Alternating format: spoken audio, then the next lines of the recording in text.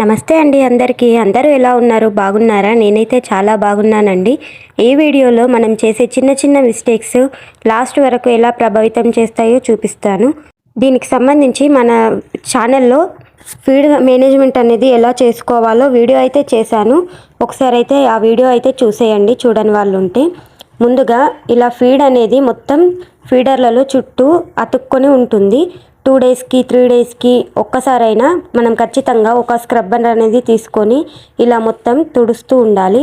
ఇలా తుడిచినప్పుడు దానిలో ఉన్న మెడిసిన్ వాల్యూస్ అనేవి కోళ్ళకు పర్ఫెక్ట్గా అందుతుంది. ఒకవేళ దీన్ని క్లీన్ చేయకుండా అలాగే వదిలేసినట్టయితే ఇది ముందే వర్షాకాలం కాబట్టి ఎక్కువ ఫీడర్ల చుట్టూ ఇలా అతుక్కొని ఉండి ఫంగస్ వచ్చే అవకాశం ఎక్కువగా ఉంటుంది. ఇలా ఫంగస్ పైన వచ్చింది అని అంటే అది నెమ్మదిగా కింది వరకు వెళ్ళి దానాలోకి కూడా చేరుతుంది. మనం నెక్స్ట్ టైం దానా పోసినప్పుడు ఈ ఫంగస్ అనేది దానాతో కలిసి లోపలికి అనేది వెళ్తుంది ఫీడర్లలోకి.